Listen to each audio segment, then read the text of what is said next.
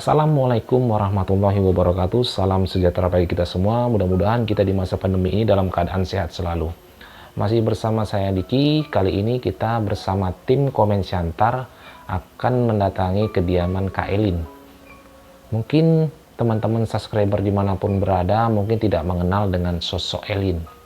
Elin merupakan adalah penyanyi yang ada di kota Pematang Siantar, Simalungun. Walaupun beliau tidak sepopuler dengan penyanyi-penyanyi asal ibu kota lainnya, tetapi beliau dulunya pernah berjaya di Pematang Siantar. Dengan suara khasnya yang mungkin banyak masyarakat mengatakan mirip dengan Niki Astria atau Ella yang berasal dari Malaysia. Beliau juga merupakan teman dekat Rika KDI. Mungkin teman-teman subscriber mungkin tahu dengan Rika KDI. Sebelum populer pada saat ini, Rika KDI dulu juga pernah sepanggung dengan Kak Elin, walaupun itu hanya panggung-panggung kecil. Tetapi dalam perjalanannya Kak Elin terkena tumor, sehingga pada 2 tahun yang lalu Kak Elin dioperasi, diangkat tumornya dari kepalanya. Setelah dioperasi, Kak Elin juga berbincang-bincang kepada kita bahwasanya setelah dioperasi matanya terkena, saraf matanya juga terkena hingga beliau tidak bisa melihat hingga sampai saat ini. Dengan begitu nyanyinya terkendala akibat penyakit yang dideritanya. Tetapi dengan penyakitnya yang mungkin cuman tidak bisa melihat, tapi beliau tetap semangat untuk bernyanyi. Dengan begitu beliau juga pada saat berbincang-bincang dengan kita berharap apabila ada teman-teman di Siantar Simalungun atau di luar Siantar Simalungun ingin memakai Kak Elin untuk bernyanyi, Kak Elin siap karena beliau dalam keadaan sehat, terkecuali dengan matanya yang mungkin tidak bisa melihat dunia ini lagi. Oke, saya tidak perlu panjang-panjang lebar juga untuk berbicara, mungkin kita langsung aja ke kediaman Kak Elin yang pada saat itu kita menuju di rumahnya dalam keadaan beliau dalam keadaan sehat. Langsung saja.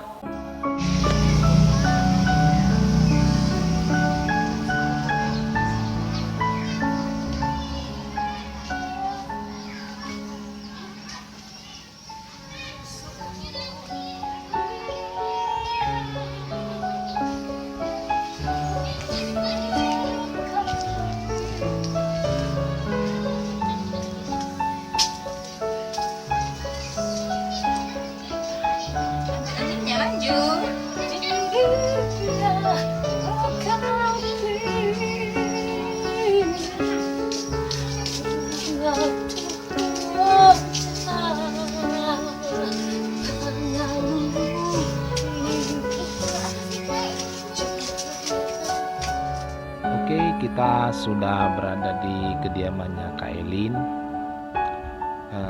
Inilah kediaman Kak Elin. Kita tahu sekarang kondisi Kak Elin tidak seperti biasanya mungkin beberapa tahun yang lalu, karena Kak Elin baru saya dioperasi ya sekitar 2 tahun ya Kak ya. 2 tahun yaitu sakit tumor di kepalanya, tapi sudah dioperasi. Tapi setelah dioperasi mengakibatkan gangguan saraf mata sehingga Kak Elin tidak bisa melihat. Jadi gimana sekarang kondisi kakak setelah dioperasi, setelah saat ini Kak, kondisi kakak gimana? Alhamdulillah sampai detik ini aku sehat. Agak kuat sedikit Kak. Alhamdulillah saat detik ini aku sehat walafiat.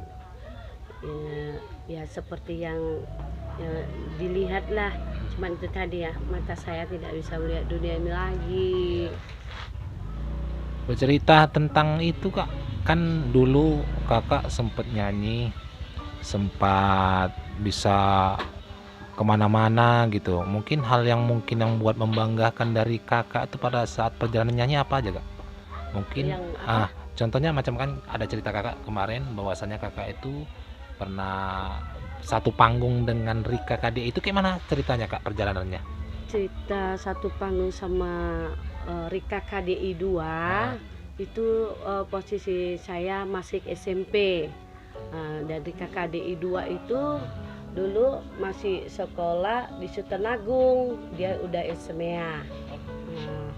teman saya itu Rika KDI 2, udah gitu bersama juga dengan Ella jalan bola kaki deket Tanah Lapang. Oh, Rumahnya penyanyi juga ya, Kak? iya, Oh, iya. sekarang tinggal di bawah ini. Oh.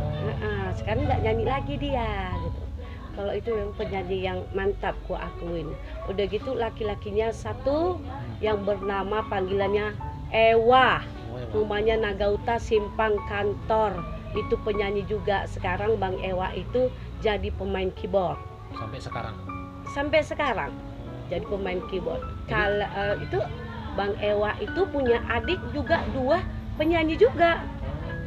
Namanya Cika Rika si Black Seed juga, Dewi Simatupang kalau nggak salah. Berarti pengalaman kakak bernyanyi di Siantar ini cukup lebar ya, Kak ya? Alhamdulillah, insya Allah ya bisa dibilang iya. Jadi awal kakak itu, kita ulang dari masa lalu, pertama awal kakak nyanyi itu di usia berapa tuh?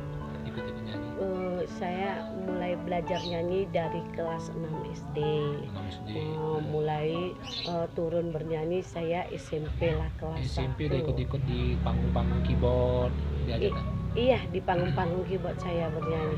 Ikut di mana-mana lah, orang memanggil saya ya ikut cabutan lah, masih penyanyi cabutan gitu. Jadi orang memanggil saya kayak belum ada job ya, is oke wae gitu. Udah kemana aja, Kak?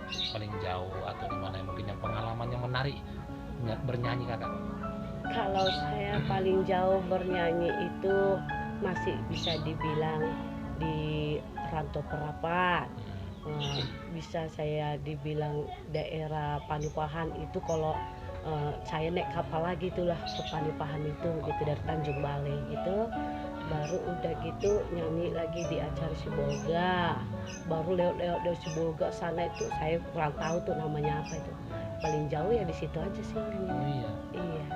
Mungkin kalau penyanyi-penyanyi di era tahun 2000-an, awal 2000 mungkin banyak yang kenal kakak ya di Pematang Siantar ini mungkin ya.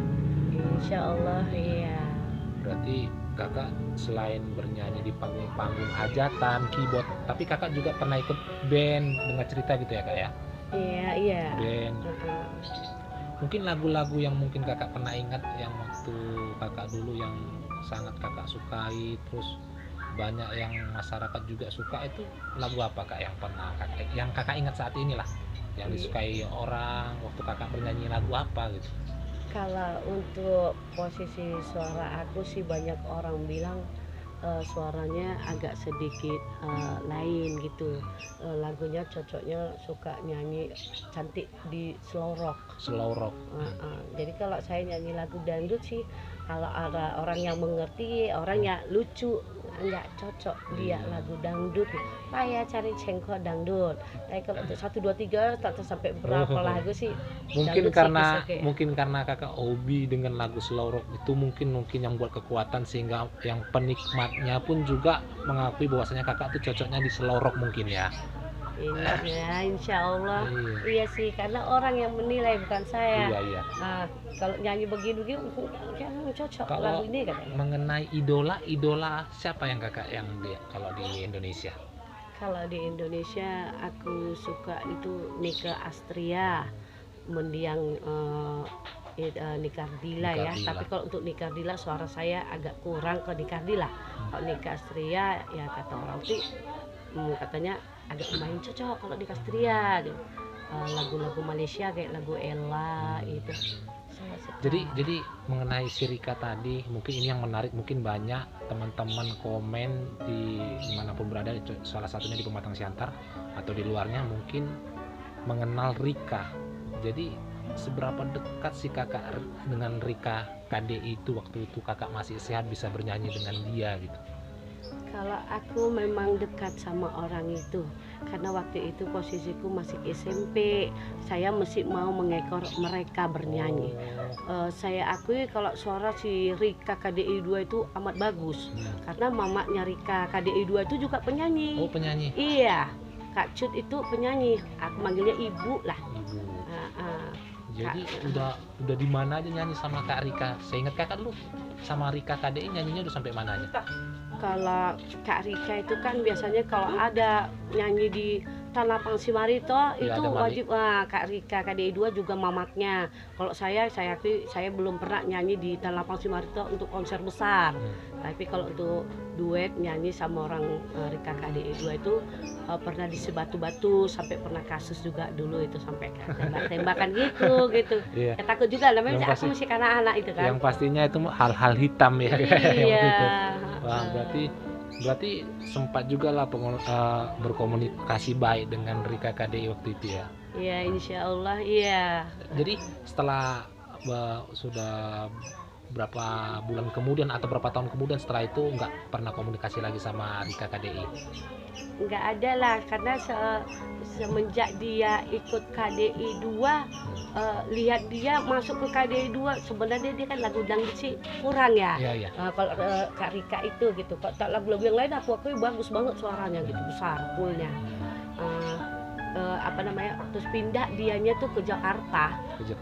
Pindah ke Jakarta, aku lihat kok tiba-tiba dia masuk, dia diikut KDI itu gitu kan. Setelah itu nggak komunikasi lagi? Nggak ada. Oh, terlepas kontak ya. Iya.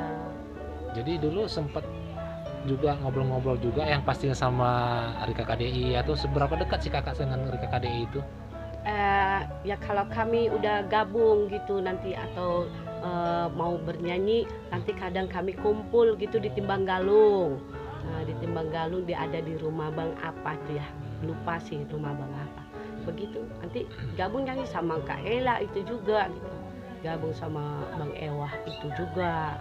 Dan kalau udah di belakang panggung tuh dia orangnya Asik diam ya? aja, iya asik diam.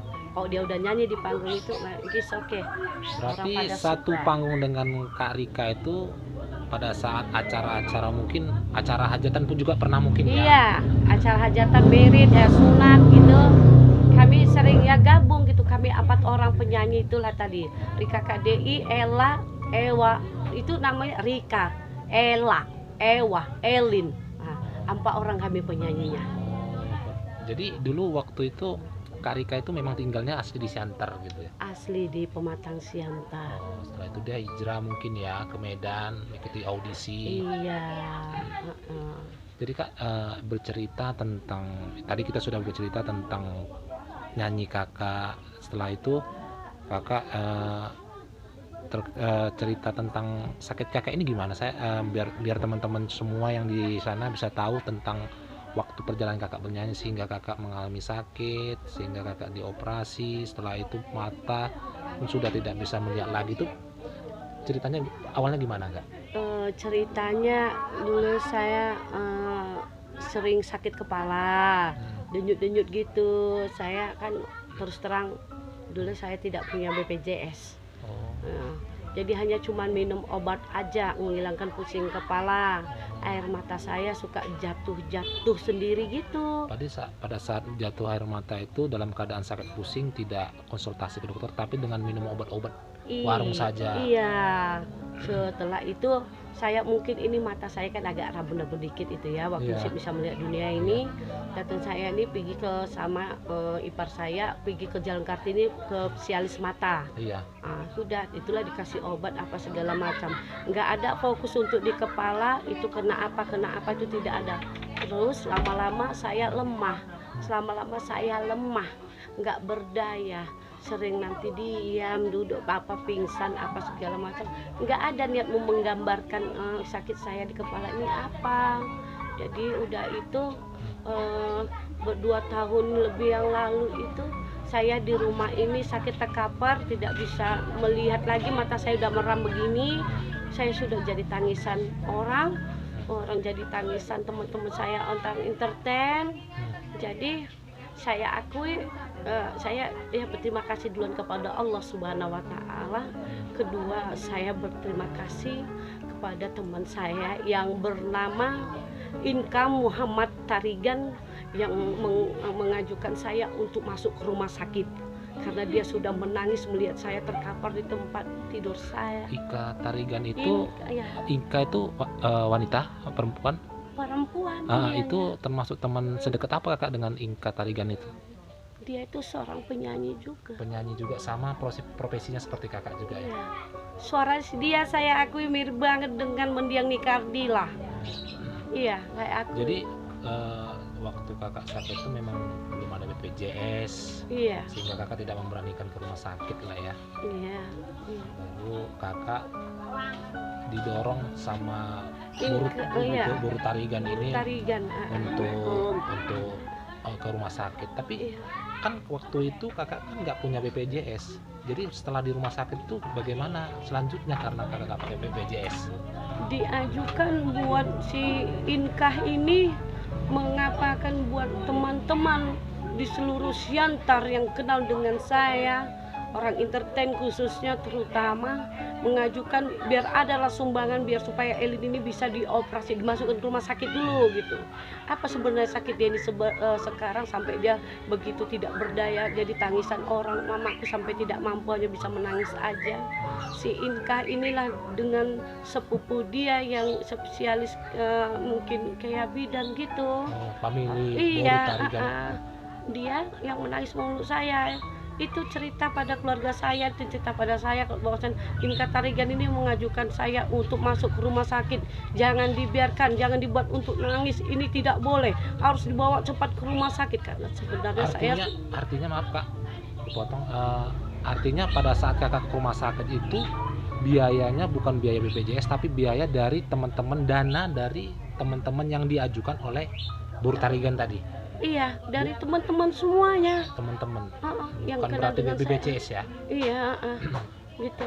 Jadi setelah dioperasi 2 tahun yang lalu ya kak dioperasi. Iya, 2 tahun yang lalu, udah lebih lah 2 tahun lalu lebih dikit. Jadi kalau seandainya tidak ada Boru Tarigan itu mungkin kakak bertahan di rumah aja mungkin ya. Iya, karena orang tua saya tidak mau membawa saya ke rumah sakit karena butuh biaya besar untuk operasi itu, untuk membawa ke rumah sakit. Mau siapapun tidak mampu gitu. Jadi si Boru Tarigan inilah si Inka ini yang mengajukan untuk berkeras harus dibawa ke rumah sakit karena saya udah hampir mau 1 bulan saya di rumah sakit, mengajukan hanya cuman bisa menangis aja katanya kayak gitu. Nanti dipegang katanya rambut saya dikit aja saya tidak tahan, sakit. Aku bilang seperti itu katanya orang itu gitu, sakit gitu. Jadi Boru Tarigan sampai sekarang komunikasi gimana kak? Masih sering komunikasi sama Boru Tarigan ini sampai saat ini? Iya, masih sekali-sekali lah karena saya akui si Boru Tarigan ini orangnya seksi sibuk. Kegiatan dia besar banget gitu. Jadi sekali-sekali tadi malam saya sudah WA-in dia. Yang Kok pasti bahwasan saya kangen. yang pastinya kakak banyak berterima kasih dengannya ya. Iya. Tapi menyangkut BPJS pada saat ini, apakah BPJS kakak sudah dibuat untuk persiapan, maksudnya untuk menjaga-jaga, untuk mana tahu terjadi hal-hal yang nggak diinginkan, apa BPJS kakak udah ada atau gimana? Belum ada. Oh ya. Ini masih saya urus, saya masih juga mengurus KTP saya di Capil itu. Katanya harus ada ini aduh entah apalah itu, belum bisa. Lalu saya udah tanda tangan di foto apa segala macam, tinggal ngambil aja susah gitu. Oh ya, kakak tinggal di rumah dengan siapa kak? Sekarang ini? Iya, sekarang ini tinggal sama siapa? Sama mama saya. Sama orang tua ya, sama orang tua, sama anak abang. saya. Iya. Anak ada berapa kak? Anak saya ada 4. Ada 4. Yang sekolah berapa kak?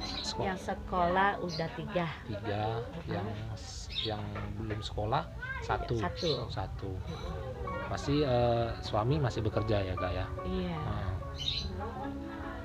Jadi kalau mengenai bantuan yang kakak dapatkan selama ini kakak dalam kondisi seperti ini, apakah ada pemerintah yang mungkin memberikan bantuan atau itu berupa PKH atau bantuan yang lain gitu kak? Ada gitu? Sama sekali saya tidak ada dapat apa-apa. Jadi bercerita tentang nyanyi kakak ini, kan kondisi kakak seperti ini, mungkin fisik mungkin sehat ya kak ya, mungkin cuman mata yang mungkin yang berkurang. Iya. Jadi harapan kakak yang pastinya kan untuk sembuh. Jadi untuk harapan teman-teman di sana atau harapan untuk penyanyi ataupun pemain keyboard atau pemilik keyboard, harapan kakak apa agar supaya kakak mungkin ingin bernyanyi lagi atau gimana? Kalau saya akui saya sayang suara saya untuk mendap di rumah saja gitu. Aku mau sih itu tadi, kalau adanya kegiatan saya tuh ada orang yang memanggil saya siap, saya kis oke.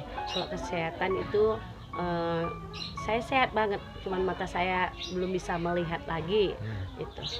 Iya, harapanku seperti itu. Jadi harapannya mungkin kalau misalnya ada teman-teman di sana yang memiliki job, bersedia untuk ya kalau memangnya berniat bisa memanggil Kak Elin untuk bernyanyi seperti itu Kak ya. Masih. Iya, iya. Yang pastinya kondisi kesehatan itu aman ya Kak ya, kecuali mata ya Kak ya. Iya, Iya, insya iya. Allah kesehatan saya Oke Kak. aman. Nah, jadi mungkin itu aja Kak yang kami tanyakan. Jadi buat teman-teman semua, itulah tadi kita berbincang-bincang bersama Kak Elin. Kak Elin itu adalah dulunya seorang penyanyi yang mungkin beliau mungkin tidak seperti penyanyi-penyanyi terkenal lainnya, tetapi beliau ada nama di Pematang Siantar ini. Mungkin dari teman-teman yang tahun 2000-an seorang pemusik mungkin kenal dengan Kak Elin. Dengan saat ini kondisi Kak Elin tidak sehat seperti dulunya yang bisa nyanyi, tetapi Kak Elin sekarang sudah diangkat tumornya dengan penyakitnya, walaupun matanya tidak bisa melihat tetapi kondisi fisiknya masih bisa bernyanyi. Jadi Kak Elin berharap kalau misalnya teman-teman di sana di luar Pematang Siantar juga yang mungkin memiliki job bernyanyi atau seperti nyanyi di tempat hajatan, Kak Elin siap untuk bernyanyi seperti itu ya Kak ya. Iya. Oke, buat teman-teman sampai di situ video kita. Sekurangnya saya mohon maaf. Assalamualaikum warahmatullahi wabarakatuh.